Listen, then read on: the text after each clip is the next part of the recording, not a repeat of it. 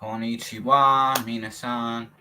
We are tuned for the second day of our album discussions, and the reason I did this is I felt like perhaps by sharing the backstory, it would encourage people to, support the art, support a Canadian musician who's literally not backed by a record label, no managers, promoters, marketing people. So I have to do this all by myself. And especially because I'm in a tight spot, I'm at the point where I might end up having to sell my jazz CD collection or my cards. Not very happy about that, but I can't work another normal job basically by persisting the assumption that I'm a successful artist. If I was to do that, I'd be contradicting myself. So I have to trust that somehow the universe will work things out.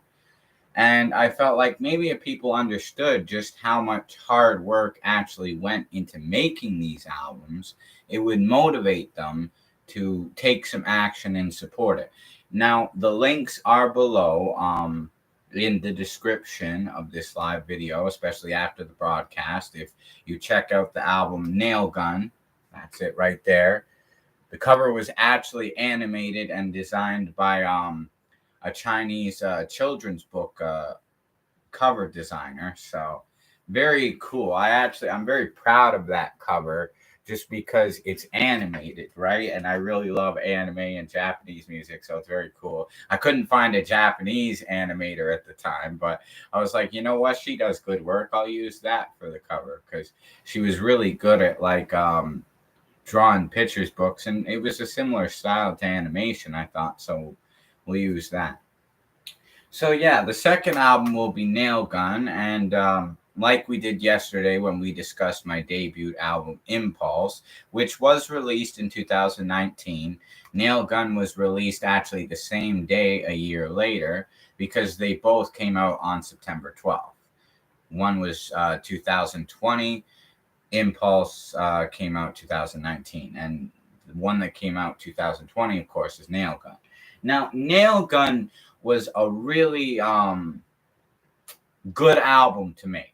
I could actually say that compared to the emotional roller coaster with making Impulse, like there were a lot of ups and downs, romance wise, relationship wise, the struggle to be inspired to make it, the moods, emotions, all the things I went through that led to Impulse. Were a lot more emotionally challenging. It was quite a hell of a roller coaster. Whereas with Nail Gun, it was actually pretty smooth sailing. Like the idea, of course, came about from the idea that if I couldn't hammer my point across, I was going to nail gun it to, basically get the point out there. Like I was a musical force to be reckoned with, and that I had superior lyrics and ideas for songs that were well advanced and different than any other artist of the time. And by mixing Japanese pop and jazz into the mix with hip hop, giving it like a whole new sound.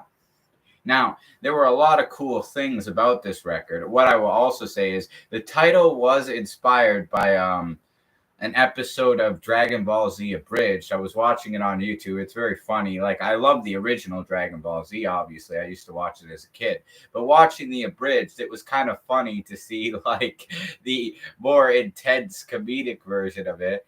And there was a scene where Piccolo was arguing with Nail inside of him.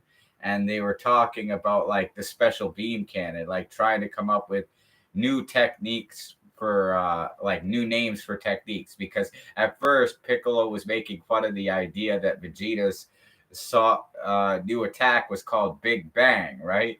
And Nail's like, oh, is special beam cannon any better? And he's like, oh, you try coming up with one. So they were coming out with new ideas, like back and forth mentally. He's like, because he's fused with Nail, him and Nail's consciousness are like arguing about different names for techniques. And at first one was like Doom Laser, Spiral Death Beam.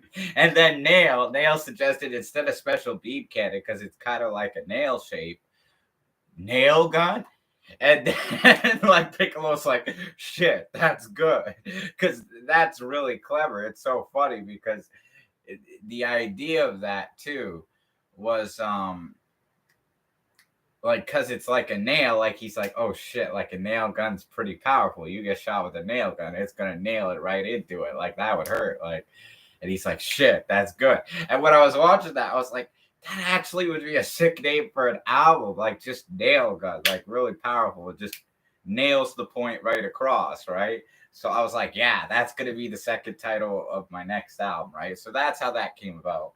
And it was different producers than the first ones to some extent. Like the producer who did 4 instrumentals for Impulse, which were After Dark, Dance at Dusk, Always by My Side, and It's an Adventure. He actually did all the instrumentals for this album. So it was kind of like leaving the vibes and the musical sound in his care. And that was really well taken care of. I actually find that there are so many vibes with Nail Gun that it paints so many beautiful vivid pictures with the atmosphere and the soundscape. Like the production was just really top notch, letting Tone Jones handle it all. And the way it's a balance throughout the album, it's like you get so many vibes, yet because it's the same producer, it all blends together so well.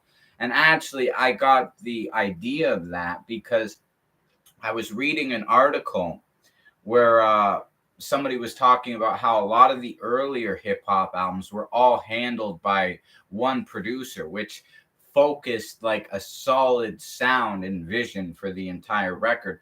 Whereas when Nas came out with Illmatic, it had a bunch of different producers, and that kind of changed the idea of that. Then things started to shift. Then you had people like working together with different production styles to give it different vibes. And because Illmatic was such a well-received classic, a lot of rappers started doing that. And not to say that that didn't work out. Some of the best albums in hip-hop history were made with several different producers.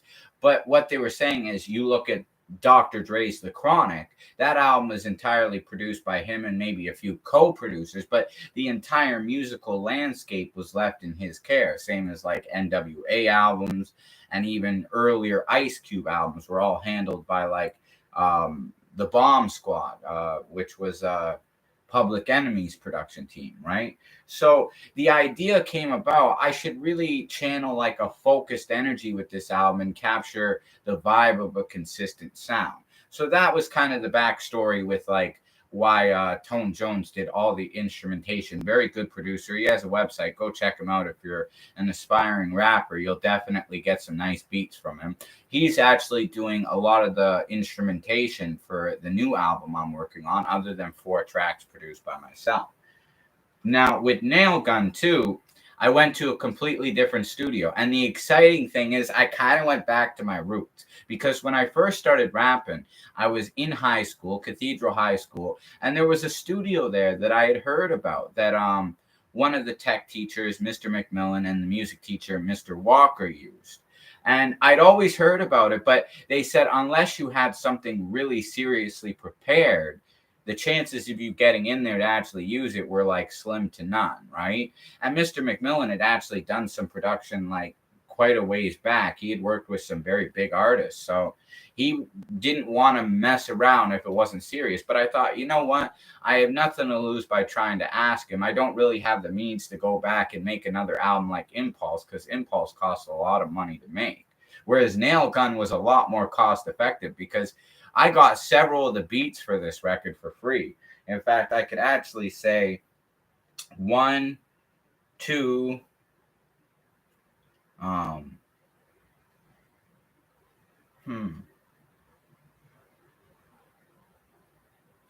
yeah, I want to say that 3 of the beats of this record actually came for free. And then I bought twice 2 deals of you pay the price of 1 beat and you get 10 beats, right? So because of that, I had a grand total of 24 instrumentals, which made up almost all of Mahjong Titan except for a few tracks. It made all of Nail Gun with that, 12 tracks for Nail Gun, so that was half. And then a good chunk of the instrumentation for Mahjong Titan was actually beats that I had gotten this deal, and then the rest I used for Final Requiem, my 4th album, which was Final Requiem actually was a beat of this deal, and so was SOS, which later got used for Final Requiem. The rest of the beats actually came later, like of the Tone Jones ones he did on that record as well. I got those later. And then you even look at with Mahjong Titan, two of the beats were actually produced by me, which was TCHA Skit. That was me. Very funky, upbeat rhythm. And then the Therapy Freestyle, that was me as well. Gymnopody Trilogy I got later, and same with what you call it. It was Life is Wonderful with Olga Chung. I got that beat later. The rest I basically took and used for Final Requiem, and then I got a few other ones to sort of add to the mix. But and the rest of those, if I'm not mistaken, actually did come from Tone Jones's production from that bundle of 24 beats. And pretty much you look at it as I paid for 2 beats of that set and I got 24. So I got like 22 beats for free at that point. It was a really good investment as far as paying for the beats. And then I didn't have to pay for the studio time because Mr. McMillan, D-Mack as we called him when he was producing the album, he actually was really excited about the project because he could tell how organized I was. And he'd heard the stories of people calling me 12 gauge back in the day as a rapper at Cathedral. So he was kind of excited to show the record to all the teachers and be like, oh, I produced this album with 12 gauge. It's hype. It's exciting, right? And all the teachers, when I would see them and I'd be in school, like visiting, recording or whatever, they'd all come up with me and they'd say, oh, Mr. McMillan said he's working on a record with you, 12 gauge. I bet it's going to be hype because they still call me 12 gauge because that goes back to the roots, right? But I was like, yeah, I'm Super Comic Guru Alucard now. But yeah, no, we're making some great music together. It's going to be really wonderful. And he actually did all the mixing and mastering of Nail Gun with me. What he did is he did the mixing and I did the mastering. So it was the first time mastering a record. I was really proud of how it turned out, us working together, and it had a really polished sound. Everybody was in charge of sort of their own function when it came to it. D-Mack did the recording as the engineer. He did the mixing. I did the mastering, and then Tone Jones did all the instrumentation. Now, we'll go through as we did before and discuss like track by track how this all came about.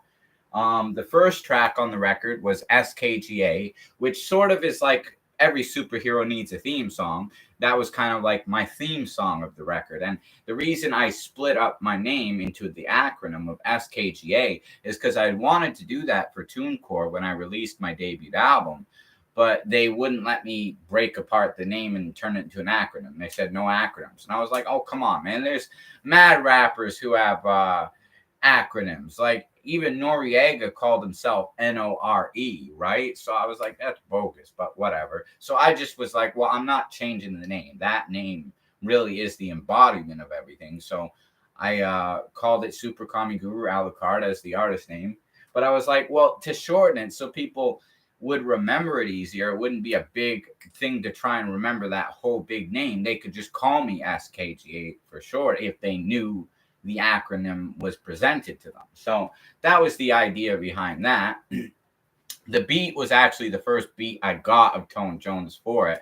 And I knew right away, I was like, this beat is jazzy, it's funky, it's got the vibe, like it's just got that banger sound to it. And that's actually probably why it's my most second most viewed song on YouTube. Of all my songs, the 2 most viewed songs are Waku Waku Afternoon from Impulse with almost 1,500 views, and this one now has 1,100 views, SKGA, and I believe it's honestly because of the catchy quality.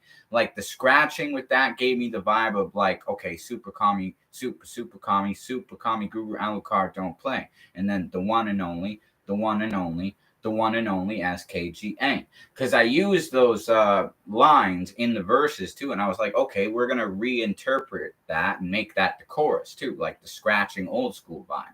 And then it was cool because that was the second song I'd actually recorded for the record. The first was actually the second track, Zenkai Power, but the first one I did that because I was waiting for Haruna to come, my girlfriend at the time. And when she came, she actually came to the studio and did the intro for the album. And I was like, okay, the intro for that track, the intro for the album. So that was a really hype, upbeat energy to add to it. Like her announcing me like on stage was the vibe we were going for, right? And it was very cool because I kissed her right in the studio booth. And I made the joke with her. I said, you know, I never physically actually kissed a girl in high school. You're the first girl I ever kissed in high school, because we kissed in the booth like quickly. But it was just funny because I was like, oh, now I could say I actually kissed a girl in my high school. So it was very funny that we did that. And after the studio session, D-Mack, Mr. McMillan, he was like, oh, well, you know what? Like, she seems really youthful and very nice and sweet. You two seem to have a really good relationship, and she's very supportive. And he also said, like, he was surprised how old she was because she was 46 then. And I said, oh, well, she's actually 46. And he's like, wow, I never would have thought. Like, I would have thought she was the same age as you. She's very youthful and bubbly, right? So I was like, yeah, no, they age very well over there. That's some great diet they have. So yeah, that's how SKGA came about. The lyrics were really trying to hammer a point, like I was back, I was hungrier than ever, and I was really going for the goal. Like I was showing just how good I could be, and really bringing more power and emphasis to each track too. So we were really going with that kind of vibe, like really more hard hitting and gritty, like the old school kind of sound. And SKGA was really the ultimate theme for that. So I was very proud of that. Now, the second track, as I mentioned, I actually did record earlier. That was one of the first beats I got too. Zen Kai Power, which it's the idea of Zen is all about the mind. Kai is like the body's energy. So by combining the mind's energy with the body's energy, you get sort of like the ultimate power. And it was a reference to a Dragon Ball Z song, which is why on SKGA, I actually referenced another Dragon Ball Z song. I sang the bridge quoting similar lyrics to the second opening theme song for Dragon Ball Z. And that's why it's like, no ten pikan atama saite ramero pai oho no unki. And that was like the idea of mixing Japanese pop into it. And then Miraku Zenkai Power. That was actually referencing the first ending Dragon Ball Z theme song in the Japanese dub. Like they have Japanese theme songs, and that was a reference to that. It was very exciting to make it because it had a really laid back, like in harmony with the universe, a very smooth, mellow, kind of groovy beat. I also started the intro of the song off talking about like a lot of the artists I would love to work with one day, and just a smooth, relaxed, like, oh, I'm in my zone kind of thing. And that was the first track I had recorded with D-Mack. I didn't really know how he was going to react. That he wasn't really into hip hop. In fact, he said, "I don't really like a lot of rap, but I love your music. It's unique. It's different. You really know what you're doing. You're a master of it. You paint very smooth, beautiful pictures. It's relaxed. It's calm. It's chill." So I was like, "Oh, well, that's good." Because at first I'm recording Zenkai Power. I was kind of nervous a bit because I'm like, what if he doesn't like it? I mean, he doesn't really like rap. How is he going to react to Zenkai Power, where I'm really like channeling my sort of Kamehameha wave into the lyrics, right? And he really loved it. He was digging it. And that's when we kind of agreed, okay, we're going to work on these two albums. And we kind of set out sort of our deal after that. So one thing led to another. It was really wonderful. And with the lyrical content of Zenkai Power, like when I was rapping my verses, I was really like striving to keep the idea of using one consistent rhyme, but also finding like new complex ways to tie the rhymes together and make it relatable, make it so it was capturing like the vibe of Super Kami Guru Alucard and my story, right? So I was very proud with how mellow even those first two tracks came out. Now, the third song, which features like my three alter egos, the main ones, Vlad the Impaler, Denine, and Little Buckingham, that song actually had its own unique story to it. It was called Buried Alive. This was a beat that I got that I wasn't really sure what I was going to do with this song for a while. I had a darker kind of vibe Like it reminded me of like when you play Castlevania N64 and you're going into the archives. Like it had that atmosphere, like something darker. But I didn't want it to be too dark. I wanted it to like relate to the idea of like vampire themes, because I often use vampire themes in my songs, right? Like sort of rising from the dead, which you could say like that ties into mysticism, because the old self must die and you must resurrect anew to be reborn, right? So Buried Alive was the idea of like the social issues going on in Japan. It was the idea of getting challenged by people. Friendships were coming and going at that point. Some people betrayed me. Some people weren't loyal. They were making things difficult. They made agreements to come to the studio and then didn't do it. So that's why the alter egos ended up getting put on that, because there was actually two rappers. Maybe more than that. I'm actually going to say there was actually 4 rapper potentials that could have appeared on that song that didn't end up making on it just because they refused to show up at the studio at the time, right? So that was kind of a frustrating thing. I got so mad at this one guy named Lance who claimed to be a fan, and he said he would come and rap the song. And I said, well, the studio only operates from this sort of time frame. Like, pick a day and do it, but don't bail on me and leave me hanging. Like, the producer's sitting there, he's all fired up and ready to go, and I'm saying somebody's coming and they don't show up. It doesn't make me look good, right? So as I'm sure you could understand, I was kind of frustrated and disappointed with people at that point. Now, that oddly enough, my voice is cracking right now just because I think I need some water. But I'll say this too. It's funny because I strained my voice. I got so mad at Lance bailing on me that I was like yelling about it so hardcore to the point like my voice got really hoarse. Really, really hoarse. I mean, this is back when I was still smoking weed and cigarettes. That probably didn't help. But it got so hoarse. I was like talking like this. Like it was like really a struggle to talk, right?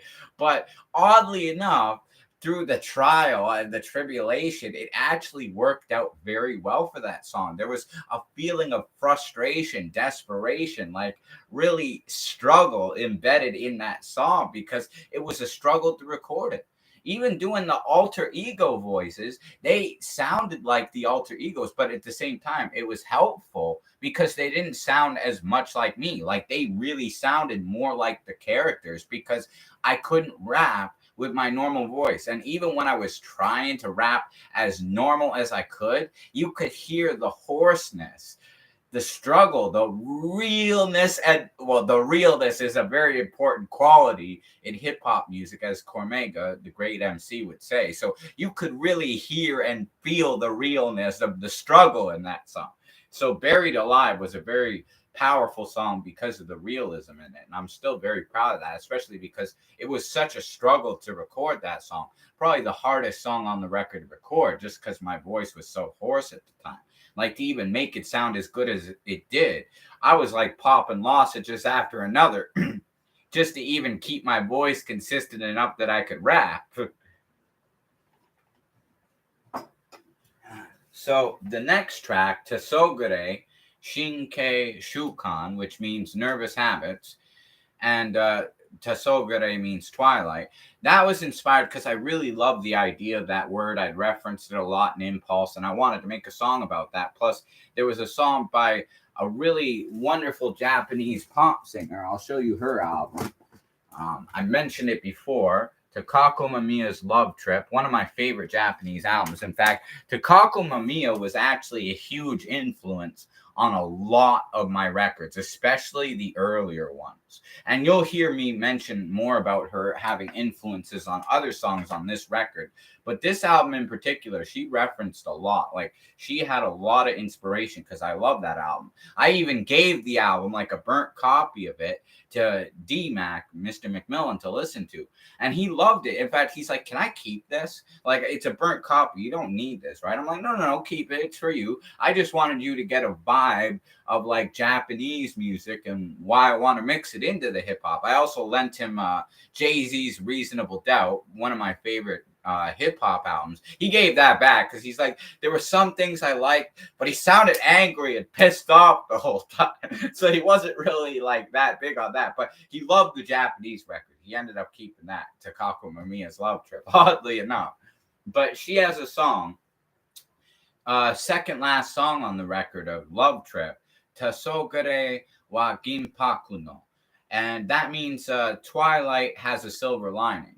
And because I really love the vibe of that song, I was like, yeah, I got to make a song like that. In fact, the ending where I sing a bit is a reference to the lyrics that she sang on that song.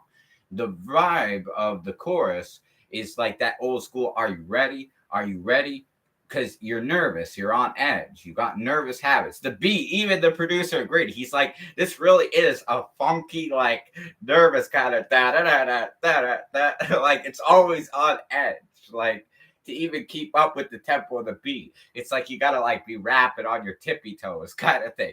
And it really had that like nervous, anxious, like intensity to it, but really cool song. And it's like Twilight's nervous habits, right? So all the verses were talk about how I used to bite my nails, smoking, nervous about relationships, nervous about my career, nervous anxieties, sort of projected into the music and the lyrics. And it really was a cool song because it just captured the vibe of sort of the twilights of nervous habits.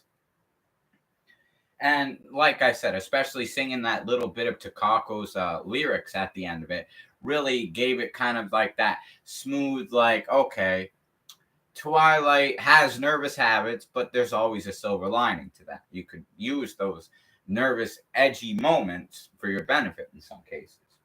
So the next song was Crossfire, which was the first time I brought one of my old former friends here in Hamilton. So sadly, we're no longer in touch. We had a fallout um, near the beginning of this year because he didn't want to come visit me after I got raped by this woman named Amy that I didn't want and like forced herself on me. In fact, she's like, you have to marry me and have kids. And I'm like, no, no, no, no. I'm marrying a Japanese woman. I'm having kids with a Japanese woman. I don't know what you're talking about. Like, Hitomi is the only woman I love for that reason. And I was like, no. And she forced me still. So I was shook up. In fact, I was praying, get this woman out of here. She's making me want to kill myself. She was just repulsive and unbearable to deal with in every way. Like, I forgive her. I send love, light, gratitude, and all that. But not the one for me. I saw my life flash before my eyes. I was like, what did I get myself into? This woman's got to leave. Having somebody versus nobody is not better in some cases. Be with somebody you love and somebody you want, or don't be with anybody at all. That became my philosophy. That changed me. So I was shook up. He was supposed to be my best friend, and he didn't end up wanting to come visit me. And then he ended up taking some movies of mine. So it really shook me up. It put a damper on like our friendship, and it's really sad because he was like one of my best friends since high school, and I guess we had bumped heads in the past, but I kind of always thought he'd have my back till he kind of stabbed me in the back and betrayed me and abandoned me. And then to not give back the movies, that really showed like he didn't even care about my feelings, as sad as it is. But this was, one of the good times when we were still buddies. We smoked a bit of tree back when I smoked it. It was kind of a relaxed atmosphere to do this song because he knew D-Mack and Mr. McMillan because he was in his auto mechanic class. And he knew him from that.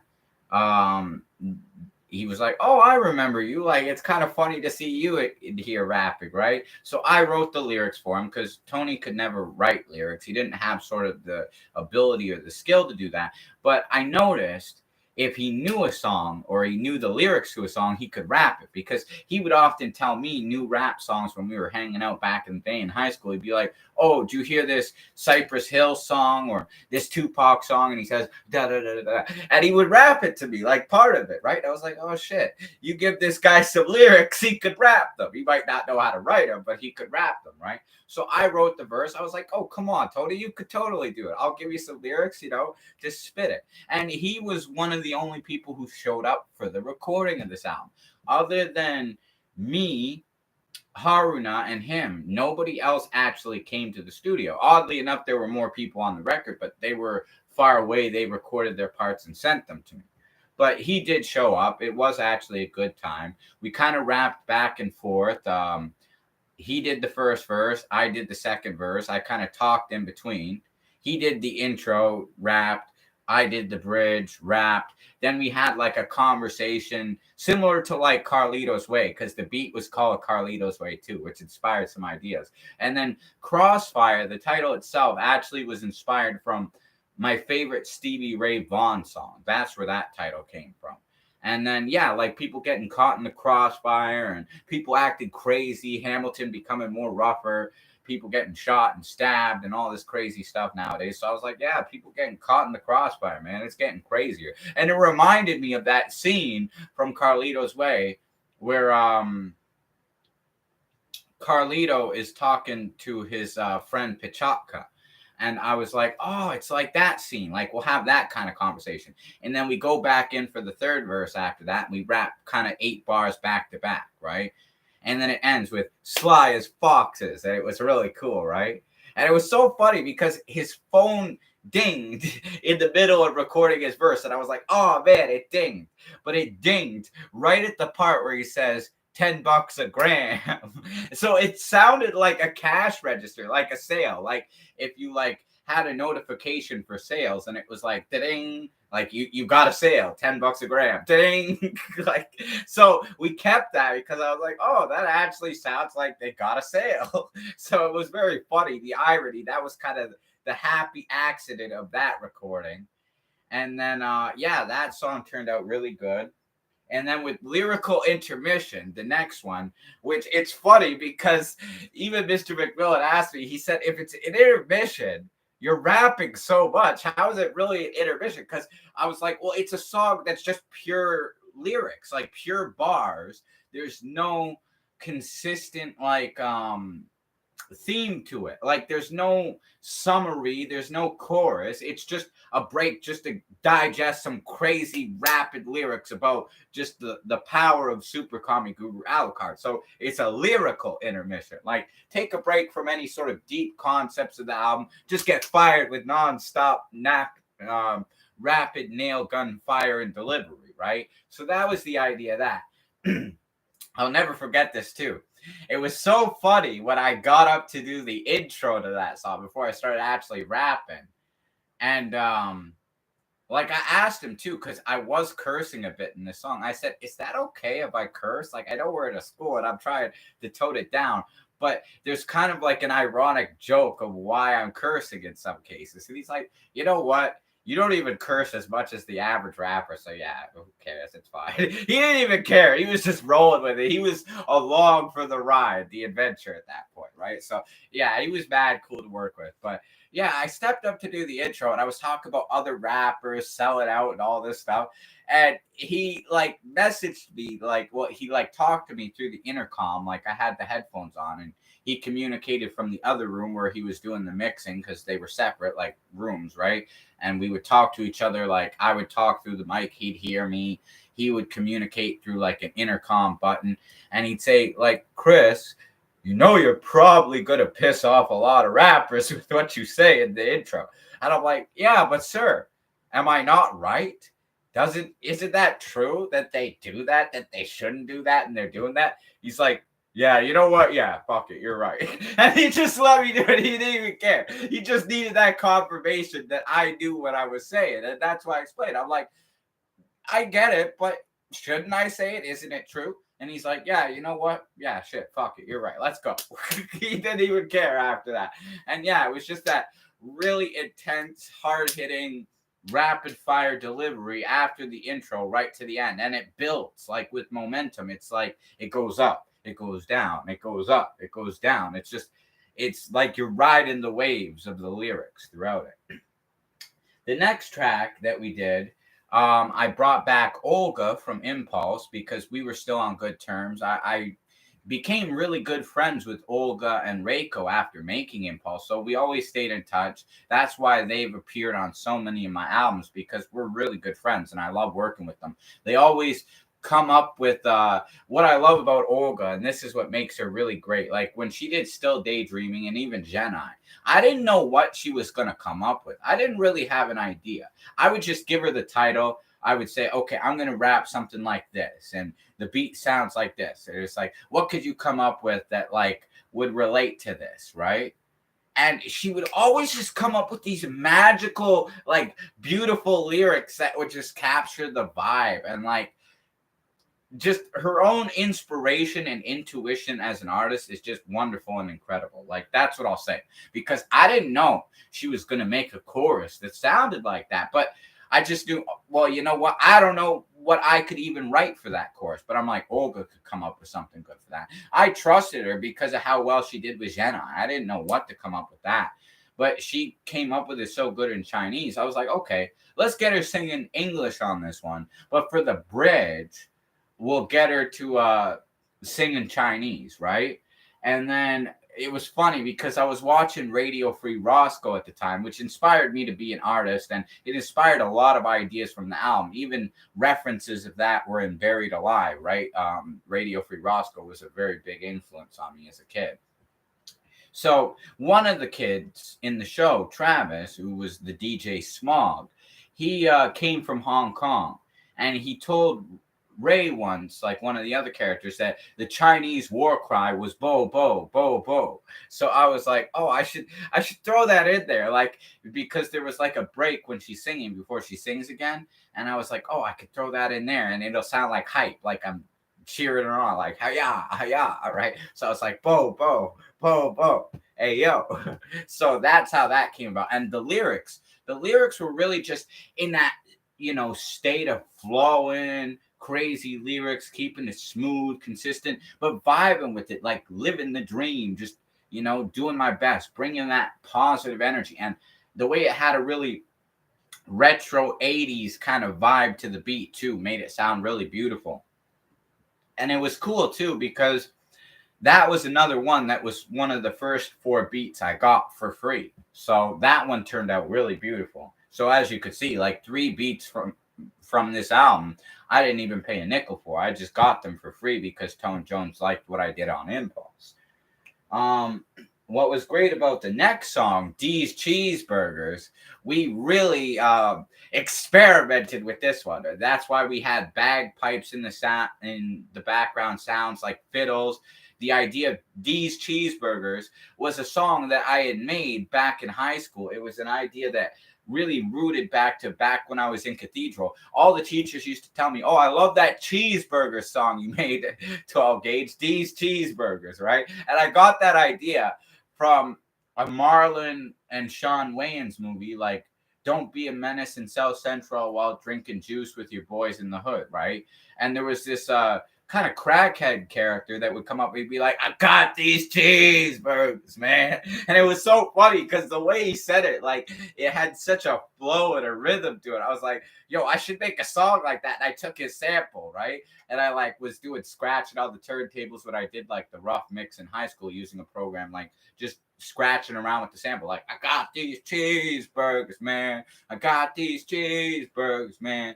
And the thing was, I didn't want to get sued because of the copyright issue, right? So when it was time to professionally do it, I just kind of took what he said and rapped it and phrased it like how I remembered it being similar to the original version that I did back in high school. And the lyrics were just about all these places you could get cheeseburgers, the good things about cheeseburgers, the bad things about cheeseburgers. I also referenced a VeggieTales song where he was singing about being in love with cheeseburgers and tasty cheeseburgers. So I threw all these ideas into the mix, and it was such a wild, crazy song too. And the funny thing is, we actually took a sound effect of a koala bear growling, and they have this fierce growl, like, like you wouldn't even expect like a koala to sound like that. They're all cute looking, right? But I heard that and I was like, oh my God, that sounds like the most terrifying stomach growl I've ever heard. Like if your stomach growled like that, you would think a monster was living inside of you, right? So I was like, yo, we should put that at the end. Like my stomach is growling for the cheeseburgers. And we did. And it sounded so crazy and wild, right? And it was funny because I was listening to Men at Work, this Australian band who actually had their lead singer was originally Scottish too. He moved there when he was younger. But I got ideas from them. And that's why it's funny because we used the koala bear because the Australian vibe. And then when we did the next song, Who Got the Chronic?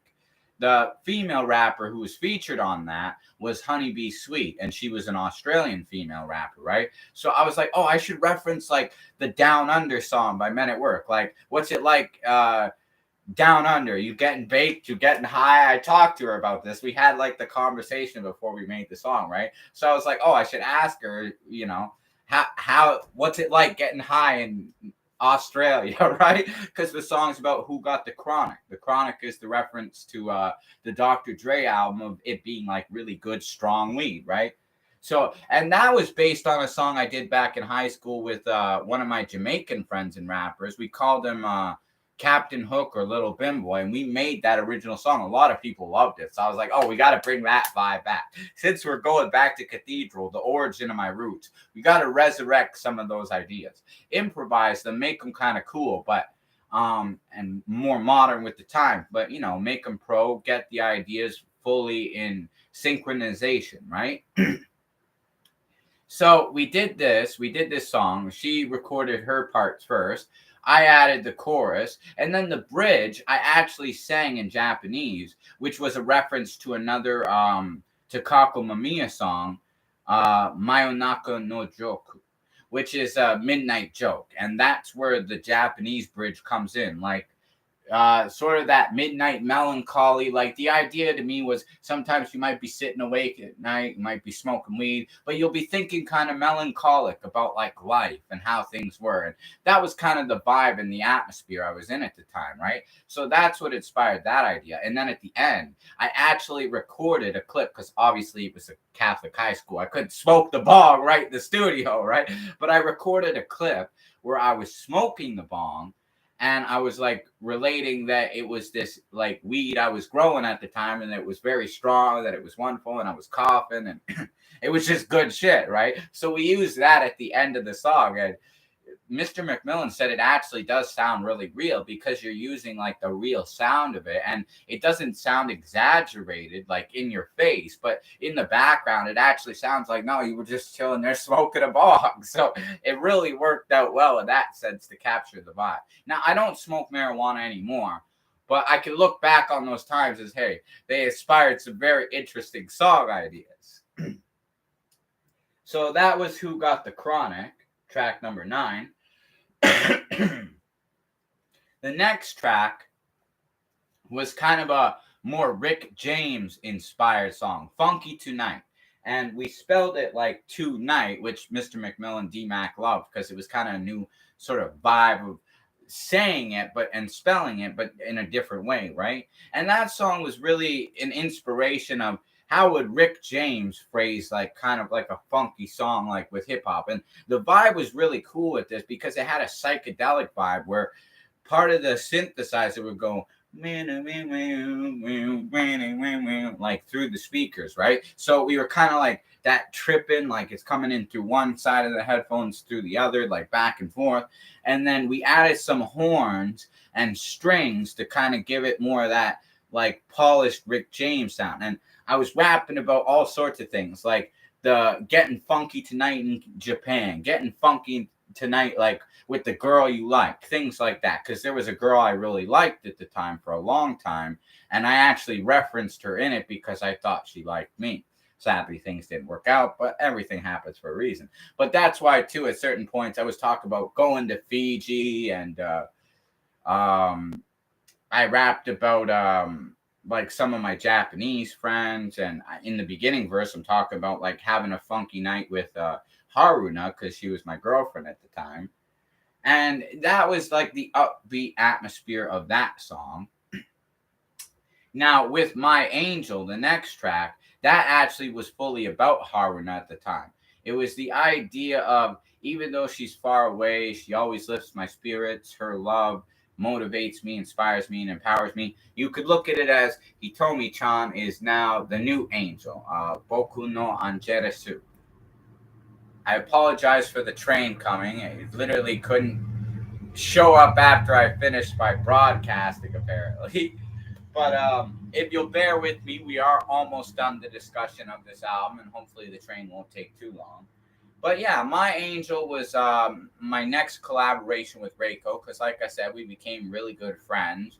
And she did the guitar solo on the record. She did a phenomenal job because I said I wanted her to play like sort of like an Anna Suchiya vibe. Like I gave her the examples of Kuro e Namida and Rose, which were theme songs from Nana. So that sort of vibe. With the lyrics, I said, well, Haruna's my angel. I'm sure there's somebody you love that's kind of like an angel in your eyes that, like, always lifts your spirits and is there to motivate you and inspire you and encourage you when you're there, right? And she wanted to rap about her mom, which it was a very beautiful verse, different style, but she phrased it really good. Like she's sort of in reflection of like all the times her mom had been there to like support her and encourage her, and she sang the chorus very beautifully.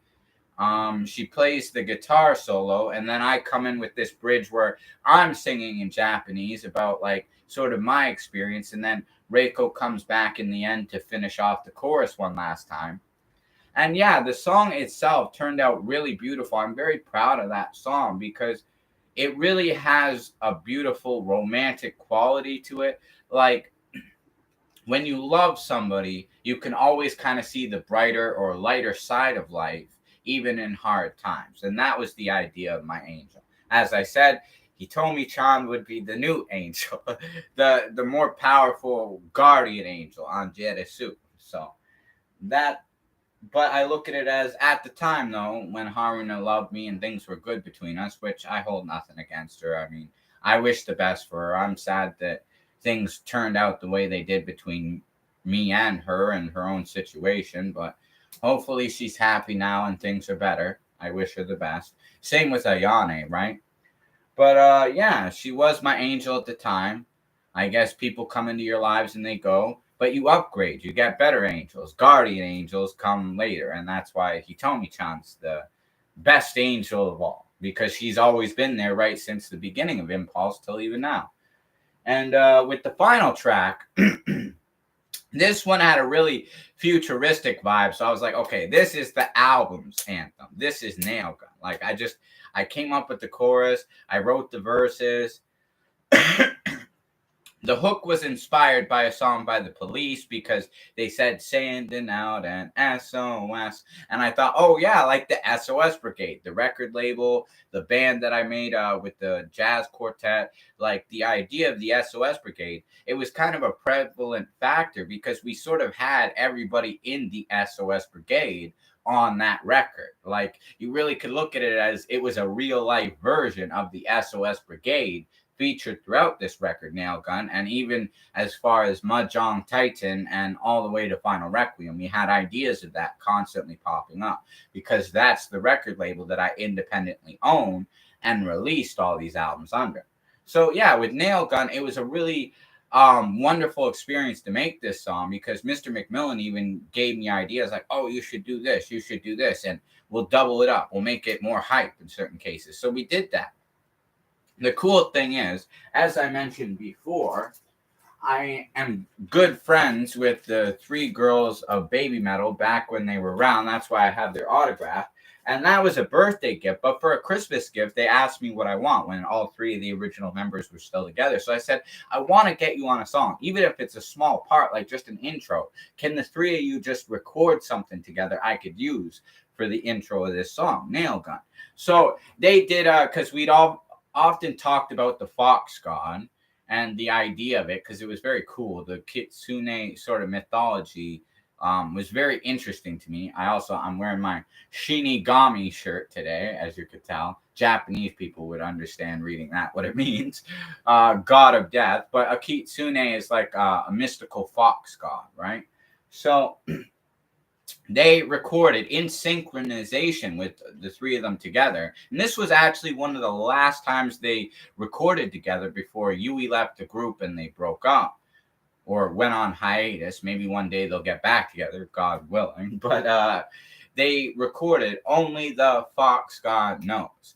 And because we had that sample, I was like, oh, that's the perfect intro. And then because they laughed, they giggled after. We used that throughout the chorus too, because it really was like kind of a funny thing. Like, oh, he's got the nail gun. Like the very powerful secret weapon, right?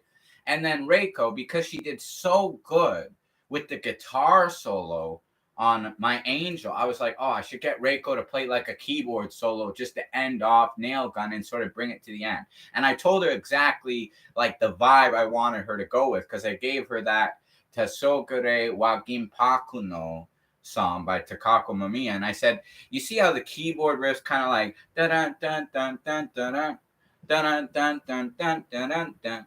Dun, dun, dun, dun, dun, dun, like something that like sounds like that kind of a keyboard sound. So she played it very beautiful, and she even tied it right to the end of the track. Like, since it was the end of the album, she wanted to like end it very similarly to Takako Mamiya's song. So yeah, it turned out really beautiful, and just the combination of all these elements really made Nail Gun a force to be reckoned with. And I was really getting into David Lynch at the time, which is why this was the music video. The official single for Nail Gun was Nail Gun, because I had made a few rough video ideas, but this one, I really tried to make it abstract. I was going for an Elephant Man kind of vibe too. That's why it was shot in black and white.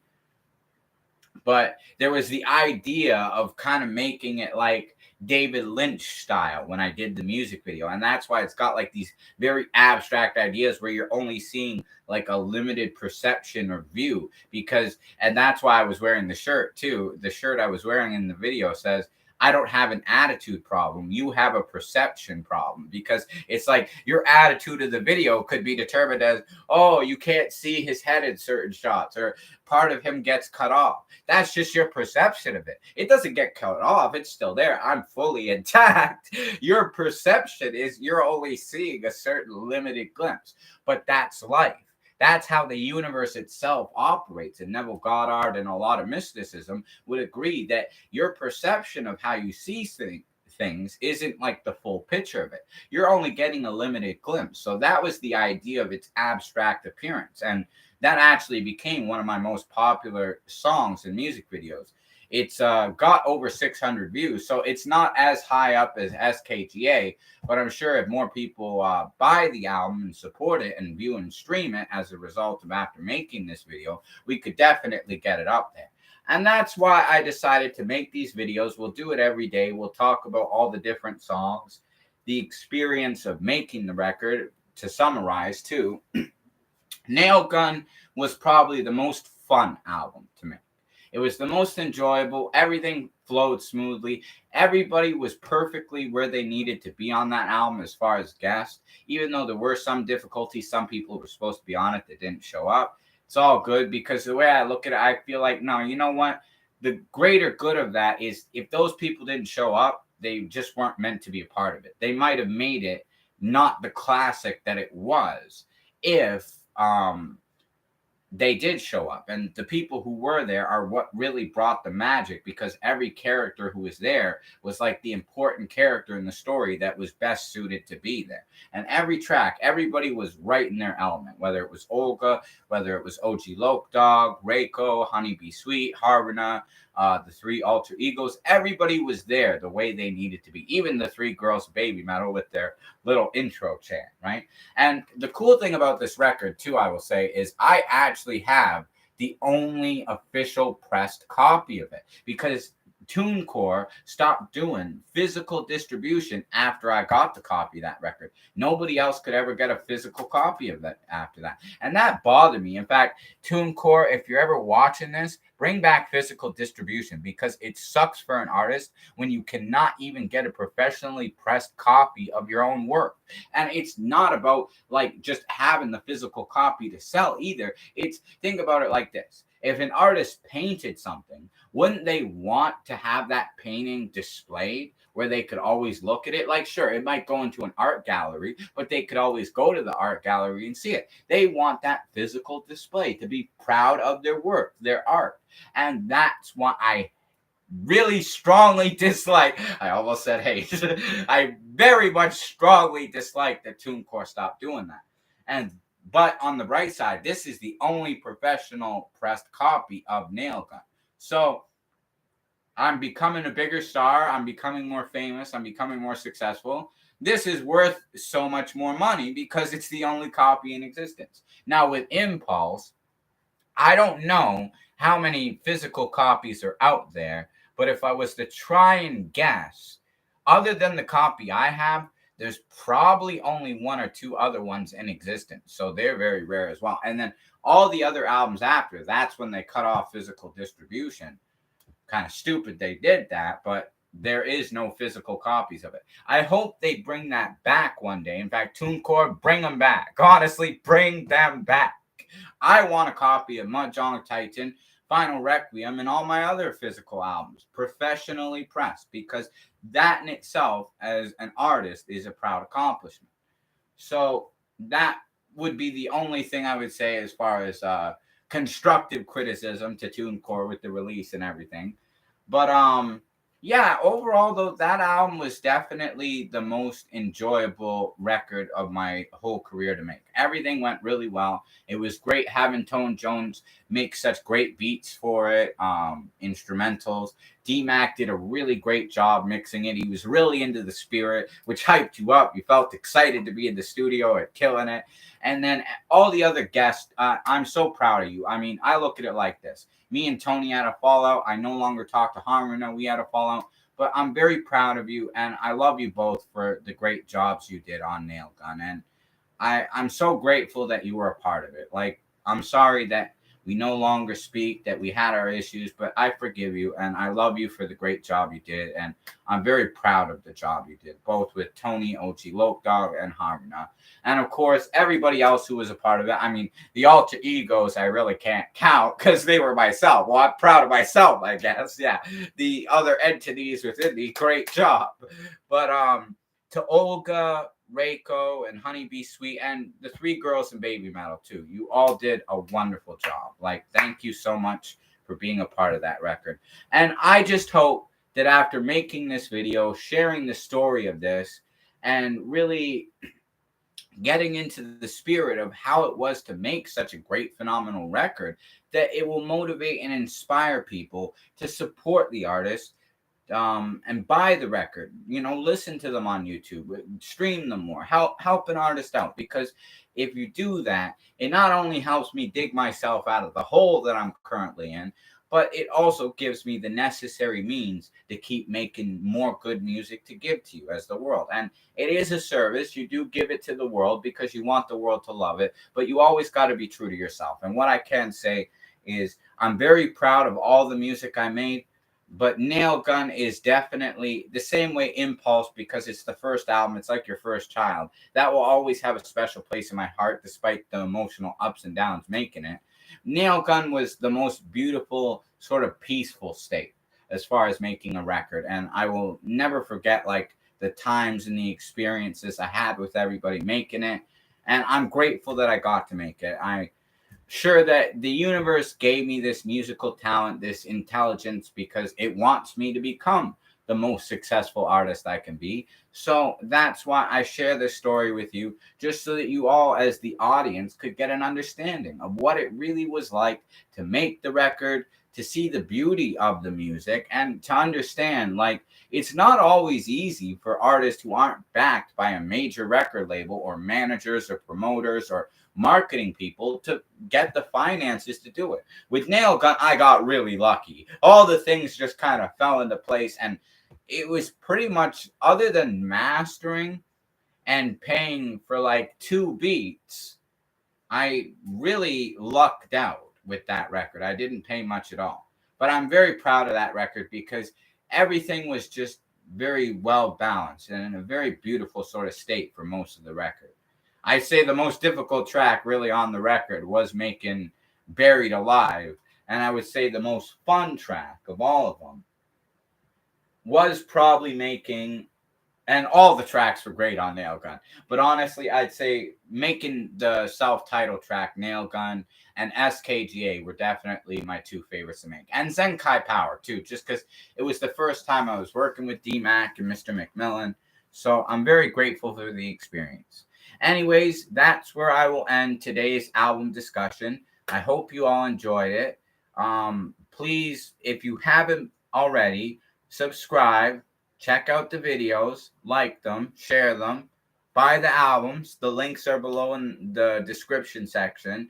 And thank you for tuning in, because if people don't keep supporting it, it makes it harder to keep doing what I love. And this is what I love to do.